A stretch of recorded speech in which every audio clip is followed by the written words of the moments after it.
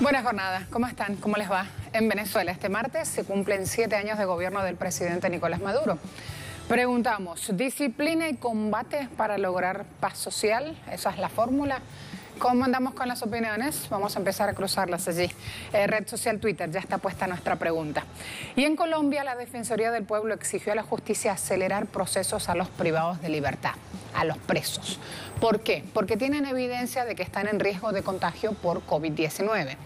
Preguntamos si este decreto de emergencia carcelaria redundaría en beneficios para la salud de todos, no solamente de los presos.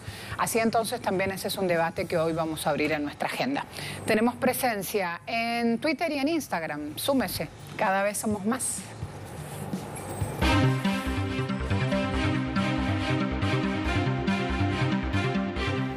Este martes, el presidente Nicolás Maduro cumple 7 años al frente de la primera magistratura del país. La fecha conmemorativa se da en medio de la continua lucha que el líder de la Revolución Bolivariana mantiene por preservar las políticas de reivindicación social a favor del pueblo venezolano. En los últimos 7 años, Maduro ha podido poner en práctica programas sociales que benefician a diversos sectores de la sociedad, sin distingo de raza, credo o inclinación política. Muchos han sido los logros alcanzados por el jefe de Estado, que incluye la resistencia a los ataques de los Estados Unidos en medio de las peores embestidas para procurar sacarlo de la presidencia del país. En ese contexto, el acompañamiento del pueblo en perfecta unión cívico-militar ha sabido garantizar la continuidad del gobierno y, en consecuencia, la prolongación de la Revolución Bolivariana como proyecto país que identifica profundamente a la nación caribeña. Pese a ello, el gobierno de los Estados Unidos mantiene la conjura para buscar establecer estrategias inconstitucionales que le permitan sacar a Maduro del poder. Numerosos ataques, sanciones, bloqueos financieros, pretensiones intervencionistas y medidas coercitivas han puesto de manifiesto las apetencias directivas de Washington para instaurar un gobierno paralelo. En este sentido, la justicia estadounidense, en su última aventura injerencista, acusó al jefe de Estado venezolano de una supuesta cooperación con el narcotráfico, sin presentar pruebas que sustenten la acusación. Esta mañana, en Agenda Abierta, destacaremos la resistencia del presidente Maduro ante los ataques directos del gobierno de Donald Trump y cómo, a pesar de la acelerada embestida de Washington contra Caracas, el gobierno de Maduro mantiene sus esfuerzos para alcanzar la independencia y desarrollo del país.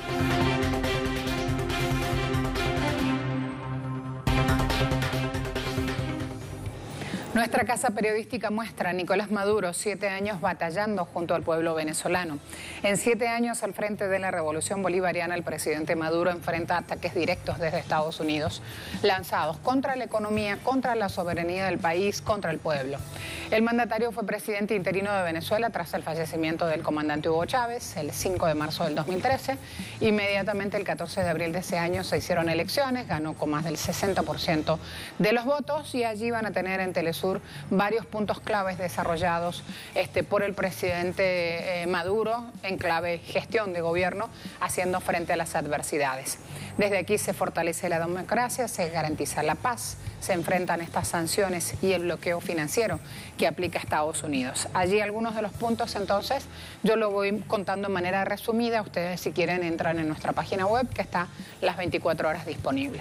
Hay un tuit del presidente Nicolás Maduro, cumpliéndose 18 años del histórico momento del regreso al Palacio de Miraflores de nuestro comandante Chávez, y con él un pueblo organizado en unión cívico-militar que decidió transitar para siempre por los caminos de la democracia y de la paz.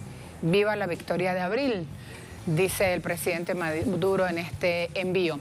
Y fíjense que ayer reseñamos aquí que en Venezuela el mes de abril tiene una fuerza muy, muy especial.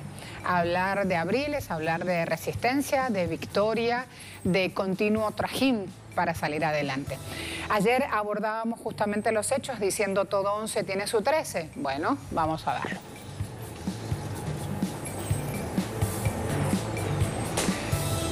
Allí entonces, ya lo vimos, ya lo leímos, el tuit del presidente Nicolás Maduro. Vamos a revisar ahora cuáles han sido entonces partes de estos logros que estamos reflejando aquí, alcanzados en la gestión del presidente llamado el primer presidente chavista en Venezuela. Sector salud, fundamental por estos días. En época de pandemia se logró resguardo y prevención temprana justamente ante el COVID-19. Hay una política de protección a la familia venezolana.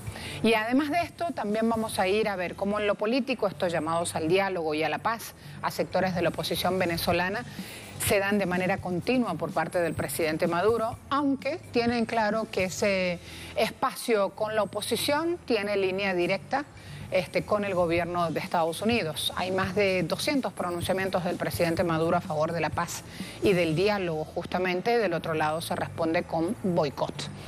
En materia educativa, cifras del Ministerio de Educación: 7 millones de niños matriculados, más el fortalecimiento de 45 universidades en todo el territorio nacional. Hablan justamente de cómo se prioriza la inversión social a la hora de fijar un nuevo presupuesto año tras año. En programa de vivienda se han entregado más de 3 millones de unidades familiares. Justamente de esto se habla cuando se habla de los logros de Misión Vivienda. Aquí también hay otras cosas para agregar. Por ejemplo, que no suele hacerse, pero es algo muy importante.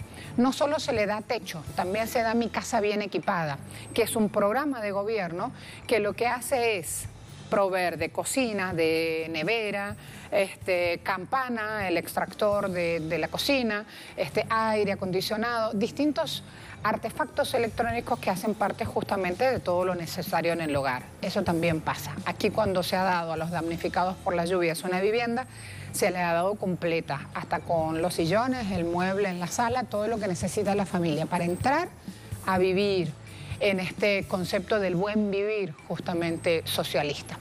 En cuanto a la alimentación, por estos días, más que nunca se reseña un programa social llamado CLAP. ¿Qué es el CLAP? Comité Local de Abastecimiento y Producción. El CLAP es este sistema en el cual ustedes van y le entregan en su casa o en el espacio comunal un bolsón o una caja con suministros alimenticios. Los granos, la leche, la harina, a veces harina de trigo, arroz, que aquí hace parte de la dieta básica, algunos enlatados, todo lo prioritario. Y cuando hablamos de qué, se llama así, esto se paga, pero el precio realmente, con el valor real en el mercado, luego de esos insumos, es un valor muy, muy bajo porque está subsidiado en un porcentaje alto, más del 80% de ese costo, para no ubicar la palabra precio, sino costo. Ese valor está subsidiado por el gobierno nacional. Ese gobierno del presidente Maduro, que también hace mucho énfasis en la protección social con el otorgamiento de subsidios y de ayudas económicas a través de un sistema que se llama Carnet de la Patria y que, por ejemplo, otorgó ya 100% de pensiones al universo de personas que estaban esperando por esto. ¿Qué quiere decir? Que Venezuela tiene en sus solicitudes el 100% de los pensionados. No hay gente esperando aquí para pensionarse. Y eso también es un logro a través de estos años conseguido en tierra venezolana. Cuando hablamos de que para la base económica el presidente Maduro ha puesto en acción planes para superar este bloqueo financiero internacional que le aplica a Estados Unidos, nos referimos al petro, que fue el primer criptoactivo respaldado por un Estado y sustentado en reservas naturales. ¿A qué me refiero? Cada petro está sustentado en barriles de crudo. Eso que justamente constituye una gran fortaleza económica de este país. Además, en estos años de gestión del presidente Maduro se ha visto afianzada lo que se llama una diplomacia de paz. Fortalecer alianzas estratégicas con Rusia, con China, con Turquía, con India, con países africanos, y también aquí recibe una mención muy especial la parte del Caribe, unida justamente a esta Venezuela a la hora de salir adelante. No es casual que hace pocos días el gobierno venezolano informara que había donado a países del Caribe justamente material de insumos o elementos urgentes para combatir la pandemia del COVID-19. Hablamos ahora de líneas estratégicas de acción para este año. Consolidar la paz, fortalecer y expandir estabilidad política, defender la patria, la seguridad nacional, ciudadana, el crecimiento económico justamente que tanto duele y tanto cuesta en épocas de asedio y de bloqueo financiero. Voy al punto 4, donde la expansión de estas grandes misiones sociales y el poder popular también está allí en el plan de trabajo. Se busca y se necesita Eficiencia en los servicios públicos. Esto es vital. Hay una geopolítica de paz, hay una transformación y modernización revolucionaria del Estado y se busca justamente a través de estas líneas seguir ejerciendo ese socialismo donde cada cual recibe lo que necesita. Hemos dicho 7 años de gobierno del presidente Nicolás Maduro en redes sociales, disciplina y combate para lograr paz social. Vamos a ver ustedes repitiendo esta pregunta, qué es lo que responden justamente, cómo se va moviendo la cosa. Hay más de 100 votos ya, hace minutos que empezamos el programa. Sí, dicen 59,3% de las personas que respondieron a este interrogante, no 27,6%, no sé 13%. Fíjense que aquí las polarizaciones también aparecen, también se ven reflejadas cuando uno va a redes sociales. Me preparo a hacer una pausa. Hoy va a ser un día activo en este país, con mucha información en el plano político. Pero del lado europeo también a esta hora se están dando las cosas con información porque algunos países van saliendo ya del confinamiento de la pandemia. De a poco van intentando levantar sus cuarentenas. Así que fíjense cómo en cada punto del mundo justamente se va moviendo información. López Obrador en México también con su conferencia matutina aludiendo a temas sanitarios por estas horas y agregándoles temas económicos. Así se van moviendo las noticias, trato de ir acompañándolos, trato de ir a ritmo, pausita rápida y ya volvemos. A esta hora de inmediato nos vamos con las imágenes en vivo a México. Les decía antes de la pausa, conferencia matutina de López Obrador. Quien habla es la máxima autoridad de salud, epidemiólogo, también médico cirujano. López-Gatell va respondiendo preguntas a los periodistas. Trabaja mucho, sobre todo en su discurso ahora, hay ahí con la prevención. El problema respiratorio. Luego entonces, doctor López-Gatell, ¿qué vida debe llevar el individuo diabético ochentón para precaverse, para prevenir ser víctima aquí? Y felicitarle por lo que me habló usted de la verdad. Me recordó a Juan Ruiz de Alarcón en La verdad sospechosa, que sentencia que este es un remedio que sabe mal, pero que hace mucho bien.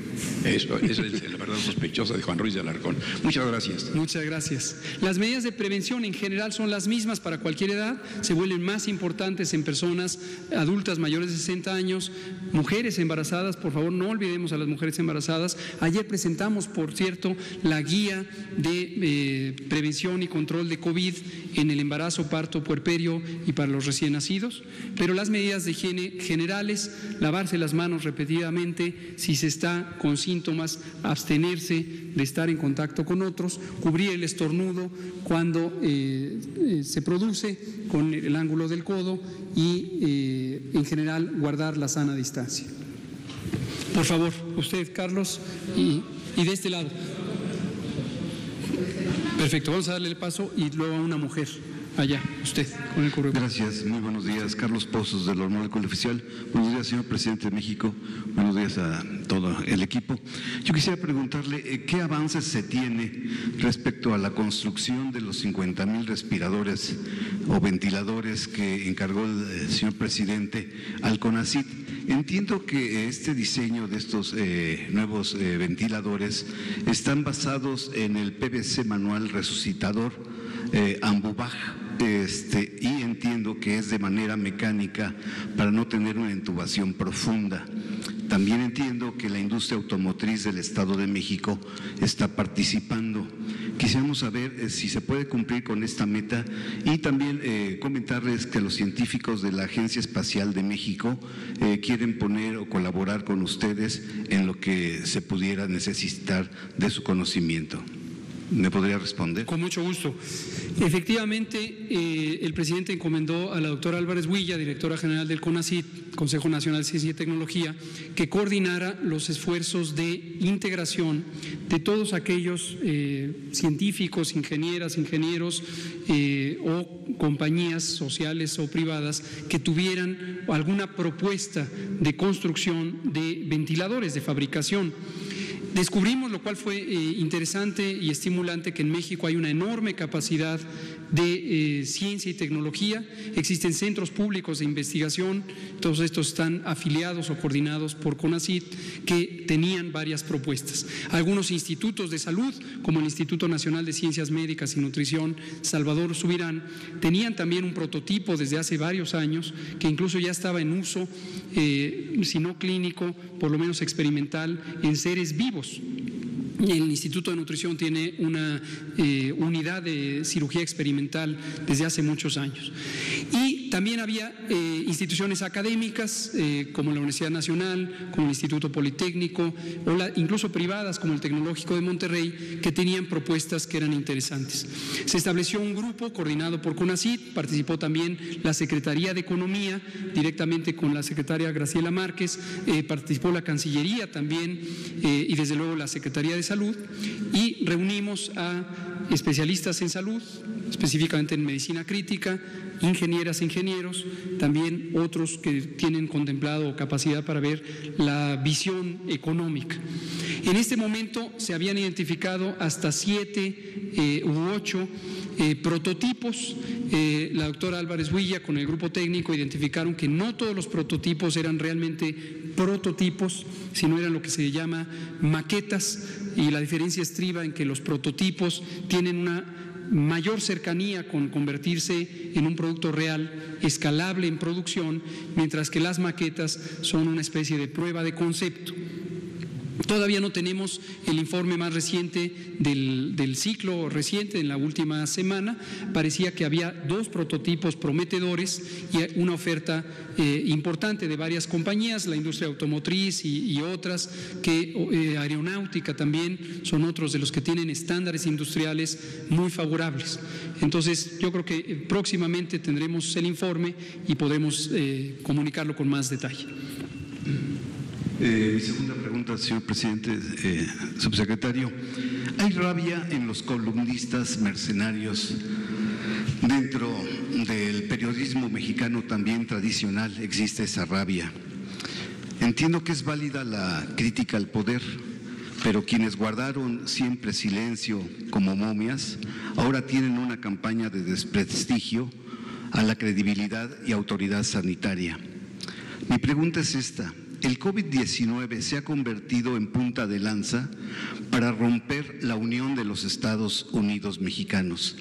¿Podrá el COVID-19 romper el pacto federal fiscal? México, le bajamos un poquito el sonido, muchas gracias. Dejo esto para ir a la presentación de temas de Venezuela, porque ya me espera Reinaldo Iturriza, que es nuestro invitado justamente para hablar de la cuestión. Y también hay un tuit de hace 2 minutos del presidente Nicolás Maduro. Así que hoy las cosas vienen rapiditas. La Defensoría del Pueblo exigió a la justicia colombiana acelerar procesos judiciales a los privados de libertad al evidenciar riesgos de contagios por COVID-19. La situación ha producido varios motines, luego de conocerse el fallecimiento de reclusos, quienes denunciaban no tener acceso a medidas de protección sanitarias ante la pandemia.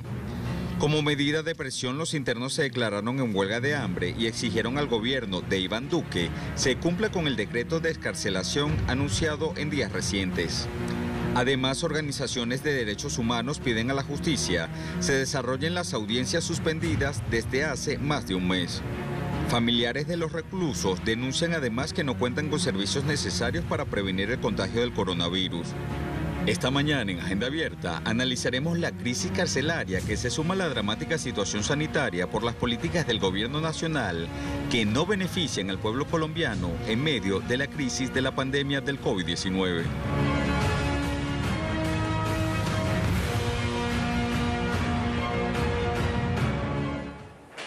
Voy a ver este pronunciamiento, un trino en red social Twitter. 11, 12, 13 y 14 de abril del año 2002, dice el presidente Maduro, fueron los días en los que se expresó por primera vez la furia bolivariana, que en pocas horas arrasó con el golpe de Estado fascista y retomó para siempre el hilo constitucional, democrático y bolivariano en Venezuela.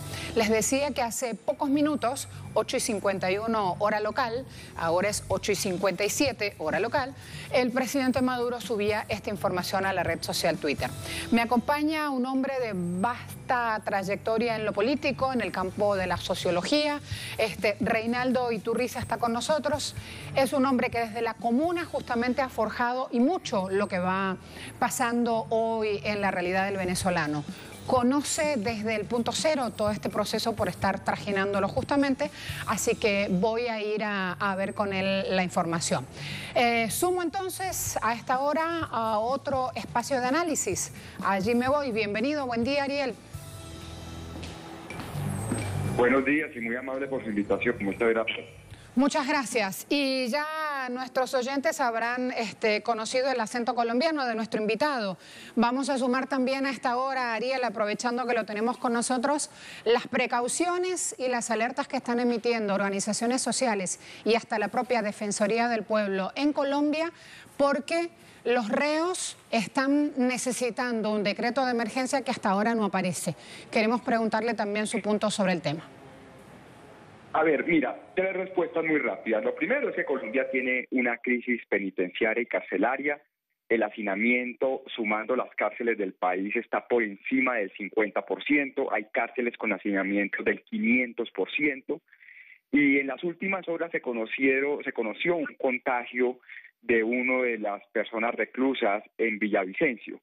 Entonces, en lo fundamental, en las cárceles están muertos del pánico y es posible esperar motines en las próximas horas. Segunda parte de la respuesta. El gobierno nacional desde hace unos días ha anunciado un proceso de excarcelación en un decreto en las facultades del presidente por esta emergencia del coronavirus. Personas mayores de 60 años, con patologías delicadas, con 3 partes de la pena ya cumplida, pero aún así eso nomás excarcelaría a 10.000 personas, es decir, el hacinamiento continuaría. Entonces hay gente que está pidiendo que se vaya más allá. Y lo tercero es que efectivamente hubo motines hace un par de semanas. En su momento estallaron en 8 cárceles. El gobierno, el fiscal, ha dicho que eso es el... Se interrumpió, como vieron, esa comunicación con Ariel Fernando Ávila Martínez, sociólogo, como era un tema que justamente no queríamos que esperara en línea, era un tema sumamente importante de abordar lo que está pasando en Colombia, queríamos ir con él. Vamos a intentar retomar ese sonido porque es muy, muy importante. Hasta ahora también desde Bogotá me está esperando Hernán Tovar, así que ya que estoy sumo detalles mientras busco reconectar a nuestro invitado.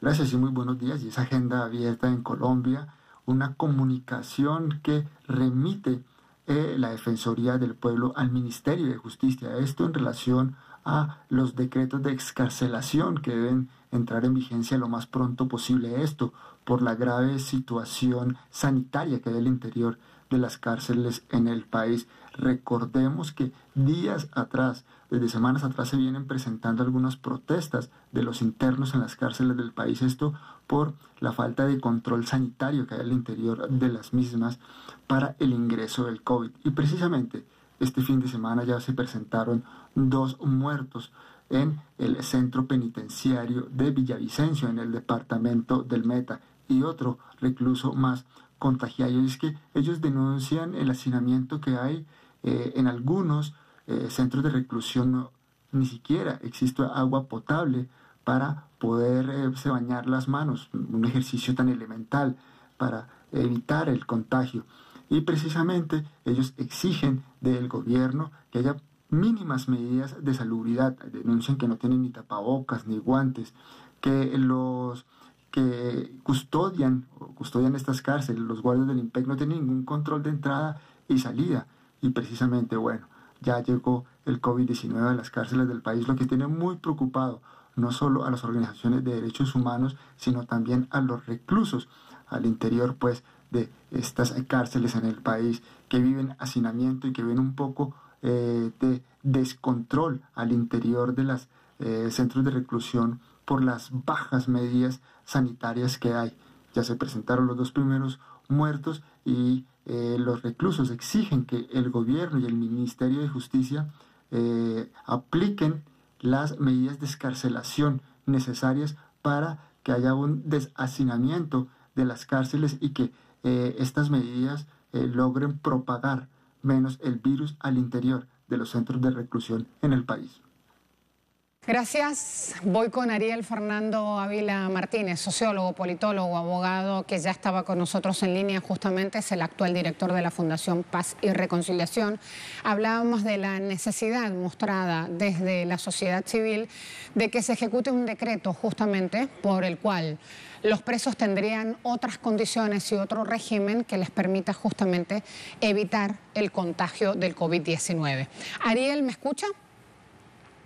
Sí, señora, le escucho muy bien. Disculpe que se cayó la llamada.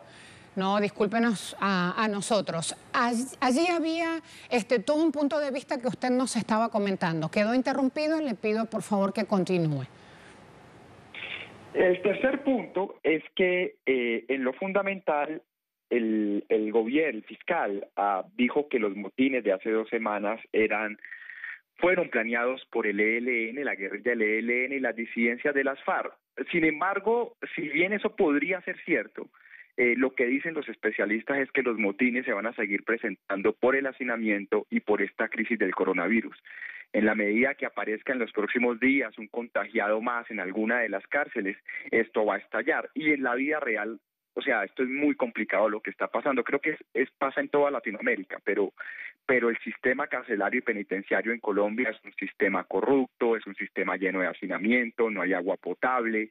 Para 3.000, 4.000 personas hay una asistente en salud que la llaman enfermera, no hay ni siquiera médicos.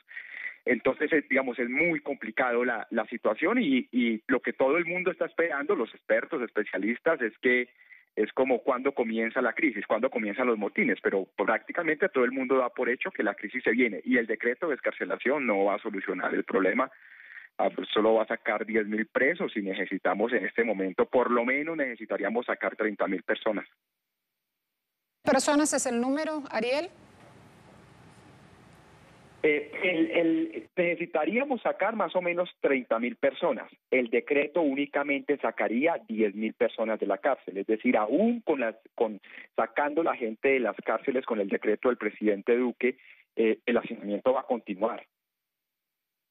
Pero yo lo escucho, voy también hablando y viendo en redes sociales. Por ejemplo, en Perú está previsto que 2.700 presos sean liberados. Lo tiene la agencia Xinhua de Noticias. Y La Vanguardia también está citando que Turquía libera al 30% de sus presos.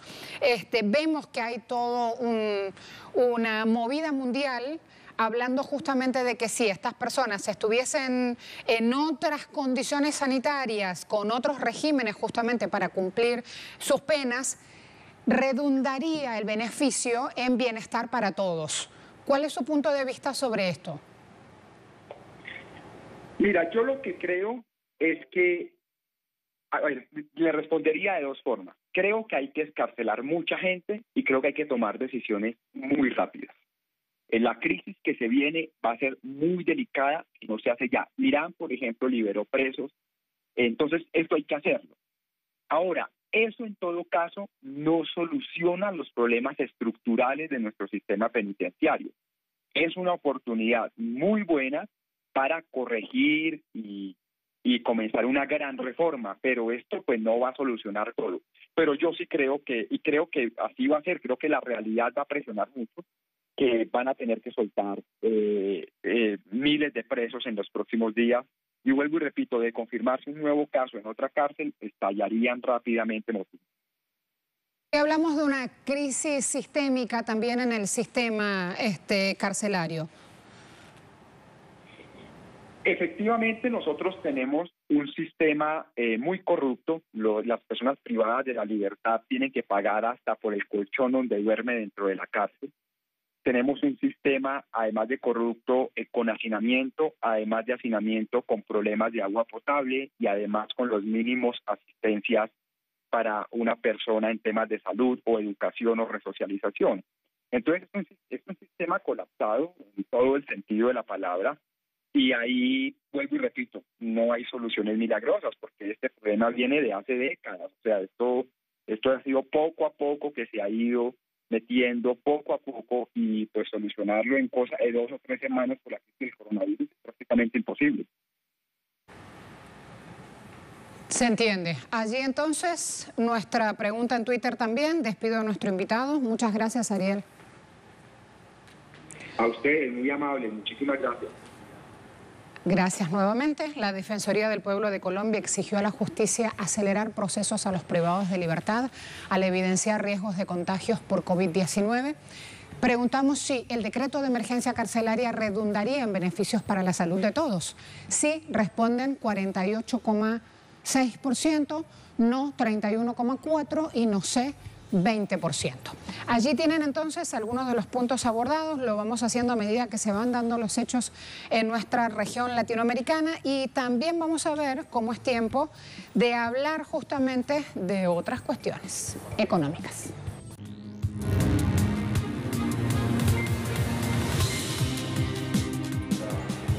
A ver, el secretario nacional del Partido de la Refundación Comunista Izquierda Europea, Mauricio Acerbo, dijo que este COVID-19 puso al descubierto en Italia los recortes en la salud, la disminución de las camas de personal y 37.000 millones de euros reducidos en los últimos 10 años.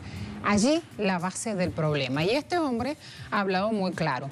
Acerbo aseguró que estas son las consecuencias de las políticas neoliberales y de la mercantilización del sistema sanitario, para la cual ha puesto como ejemplo a la región de Lombardía, donde según él fue muy fuerte el corte al presupuesto de la salud pública, buscando abrirle espacio a la privada. Asimismo, dijo que esta región tuvo que pedir ayuda a Cuba, que no le quedaba mayor opción. El líder político italiano indicó que la consecuencia es la dificultad ahora para enfrentar la emergencia. También hay una falta de planificación respecto a la pandemia, para lo cual, según Acerbo, no estaban disponibles los dispositivos de protección, ni siquiera para los médicos o para el personal sanitario. Acerbo agregó que la lógica de las ganancias de la acumulación capitalista como ley fundamental sobre la cual estructurar la sociedad ha mostrado todas sus contradicciones. Por ello instó a trabajar para salir de esta situación, y también llamó a la conciencia de que cuando salgamos hay que hacerlo con cambios sociales profundos.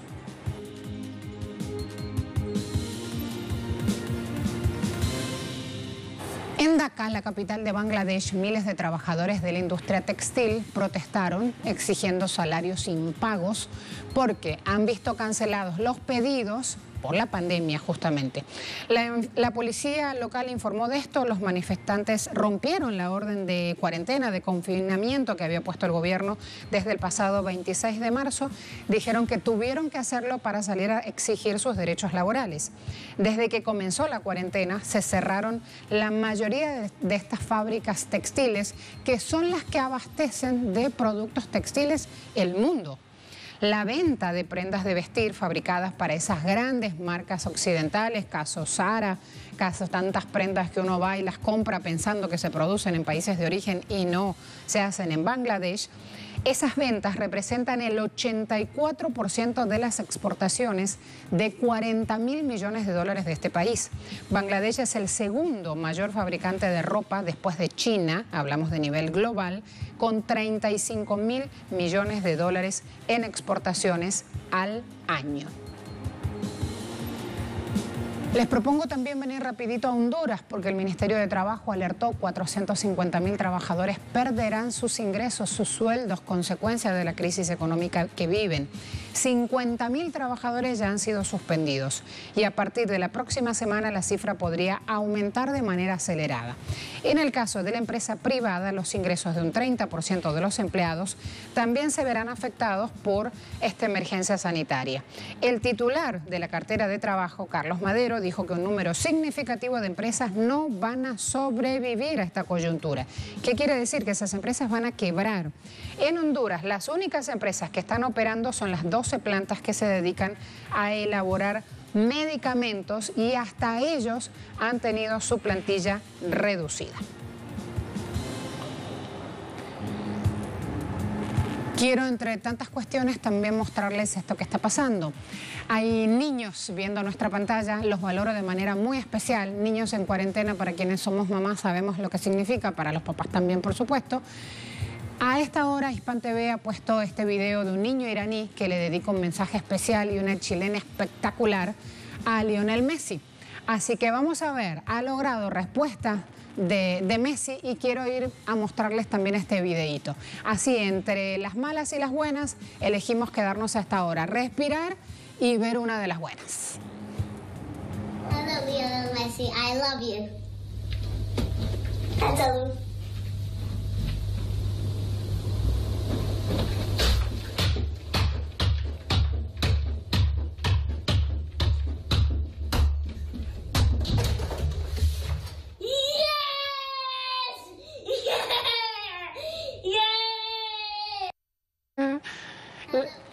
La risa que contagia. Y además también me voy a preparar a ver una conmemoración de este día. Una mujer que admiro de manera muy, muy especial, Simone de Beauvoir. Me encontré con que producción sumaba esta información más que necesaria por estos días. Que nada nos limite, que nada nos defina, que nada nos sujete, que la libertad sea nuestra propia sustancia.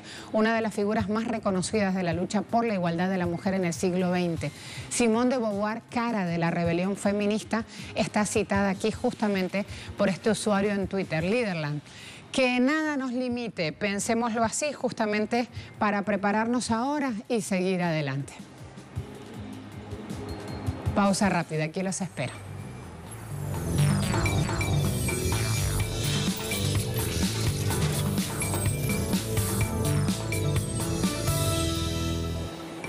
En medio de la crisis pandémica, el presidente de Estados Unidos prevé reactivar el sector económico del país para el mes de mayo, una medida rechazada por las autoridades regionales. Jorge Gestoso, desde Washington, va con más información. Cuando quieras. Muchas gracias. Marcela, aumentan las tensiones entre los gobernadores y el presidente Trump respecto a una fecha de reapertura de la economía. ¿Por qué? Porque el presidente Trump quiere imponer su supuesta autoridad para realmente abrir la economía el 1 de mayo y los expertos dicen que es irreal aspirar a esa fecha porque incluso podría tener el efecto de un rebrote y podría ser incluso peor. ¿Qué están haciendo los gobernadores? Los gobernadores están agrupando los de la costa oeste y los de la costa este, por lo menos 5 en la costa este. Digamos que está liderado por el gobernador de Nueva York, Andrew Cuomo, que es quien maneja el epicentro de los casos de coronavirus en Estados Unidos, 10.000 muertos en Nueva York, y entonces empiezan a coordinar entre ellos cómo van a hacer la reapertura, y lo mismo están haciendo en California, en Oregon, en también el estado de Washington, los gobernadores del oeste, es decir, que entre ellos están coordinando cómo hacerlo y qué hacerlo y de manera progresiva hacerlo. Por supuesto, eso ha generado una tensión muy importante con el presidente que quiere de alguna forma ir en contra de lo que está establecido legalmente. Legalmente son los gobernadores los que deciden sobre su población y sobre el destino de esa gente. Estamos hablando ya de que estamos por los 580.000 contagiados. Estamos hablando que estamos superando los 23.000 muertos. Y lo que es importante es que como sigue habiendo una enorme carencia de los kits de prueba, en realidad solamente se ha probado el 1% de la población ha tenido la oportunidad de ser sometido a una prueba. Por lo tanto, a pesar de que de alguna forma y en algunos lugares como Nueva York parece ser de que el índice de hospitalizaciones y de utilizaciones de las camas de los cuidados intensivos ha disminuido, eso daría la sensación de que no estaría llegando demasiado lejos el pico de la curva, pero en realidad, viendo la realidad que hay todavía 330 millones de habitantes en este país y solamente se ha realmente importado esa oportunidad de traer kits a la población, todavía no se sabe exactamente cuál es la situación de esta pandemia que en definitiva ha puesto al presidente Trump contra las cuerdas y que agresivamente, de acuerdo a todos los analistas que han visto la conferencia de prensa ayer en la Casa Blanca, está tratando de defenderse de su lenta reacción a esta pandemia que hasta el mismo doctor Fauci, que es el experto del gobierno en el tema de la pandemia, ha dicho que pudo haber costado vidas. Marcela. Gracias, Jorge. Iramsi Peraza me espera en Beijing. Último balance justamente de las autoridades sanitarias en ese país. Iramsi. Saludos, colegas, gracias por el contacto. Pues China reportó durante esta última jornada 89 nuevos casos de contagio por el nuevo coronavirus. De ellos, solo 3 de transmisión local y 86 importados. Además, durante la última jornada no se registraron nuevas muertes aquí en el gigante asiático. Debemos decir que ahora mismo a las autoridades chinas les preocupa de manera especial la situación en la provincia de Heilongjiang, fronteriza con Rusia, y provincia en donde en las últimas 24 horas se registraron 79 de estos 86 nuevos casos de contagio importados, la mayoría, debemos decir, de ciudadanos chinos que regresan del exterior.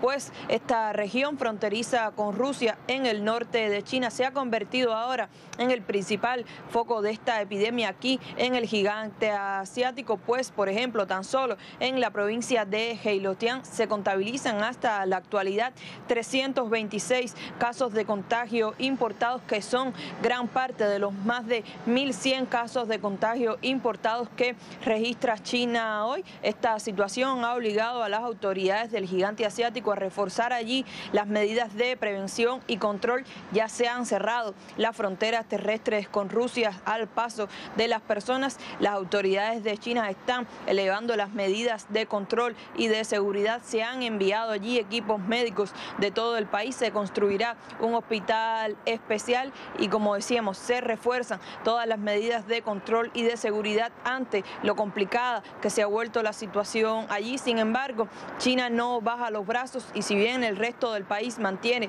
esta batalla a lo interno para frenar el avance del nuevo coronavirus, el gigante asiático continúa enarbolando la bandera de la cooperación internacional para tratar de enfrentar esta epidemia y continúa prestando ayuda a todas aquellas naciones que lo necesitan y todas aquellas naciones que lo solicitan. En ese sentido, durante esta jornada, el primer ministro chino Li Keqiang participó en una videoconferencia especial junto a los miembros de la Asociación de Naciones del Sudeste Asiático y también de Corea del Sur y Japón, una cumbre que estaba destinada a tratar de coordinar de manera conjunta, de manera unida, una respuesta regional para tratar de frenar esta pandemia de la neumonía COVID-19 y que no impacte tanto en las economías de estas naciones, tanto China, Japón, Corea del Sur, como de las naciones del sudeste asiático. Como sabemos, China ha estado ayudando a todas estas naciones a enfrentar la pandemia de COVID-19, tanto con el envío de expertos como también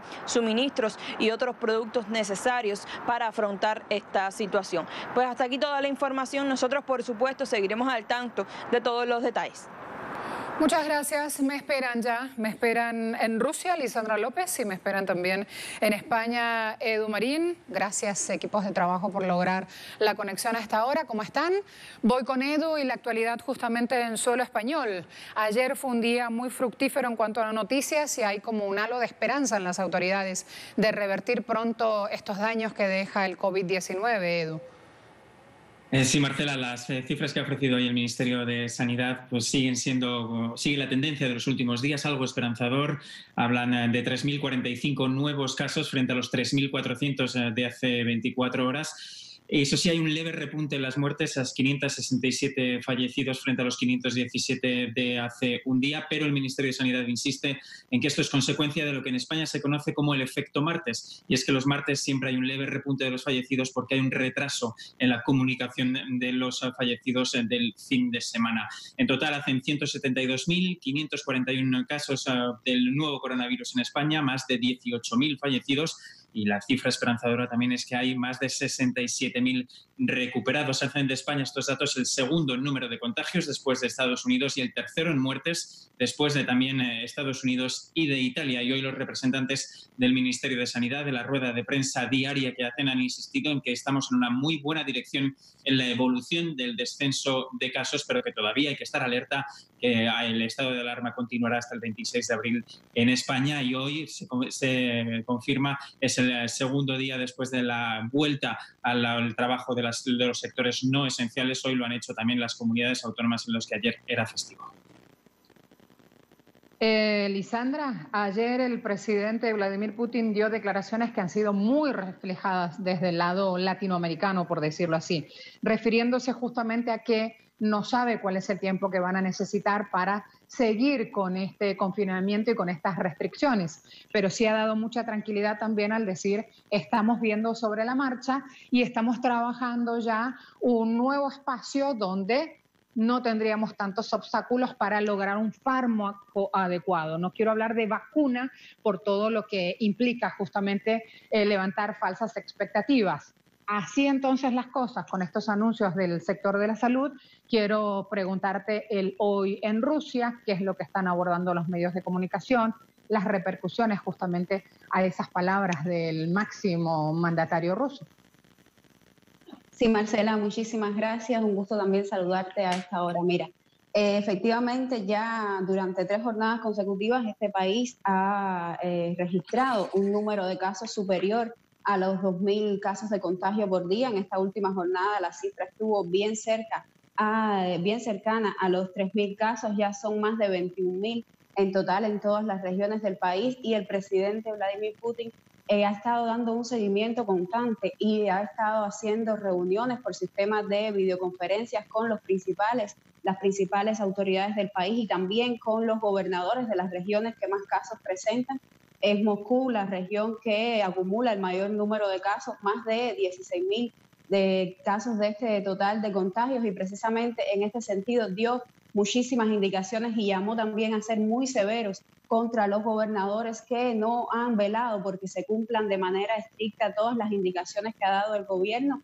Dijo que serían considerados como casos de indisciplina criminal, de negligencia criminal, aquellos que no velen porque se cumplan todas las medidas de cuarentena, de autoaislamiento, que están ya vigentes en todas las regiones del país. También el mandatario fue muy preciso con las autoridades y indicó que es necesario que diariamente presenten planes para ver cómo se va a comportar la situación epidemiológica, no solo en un mediano plazo, sino también en un periodo de entre 3, 5 y hasta 7 días, pues aún el país no ha vivido lo que puede ser el pico máximo de contagios y en este sentido también llamó a ser muy responsables, principalmente a los ciudadanos, pues acá en la capital la mayor parte de los casos de contagio se ha dado porque las personas no han cumplido con este régimen de cuarentena y han salido pues a las calles, a los parques, también han utilizado el transporte público, personas que no están obligadas pues a salir a la calle, pues no están acá suspendidas las actividades laborales, sin embargo lo han estado haciendo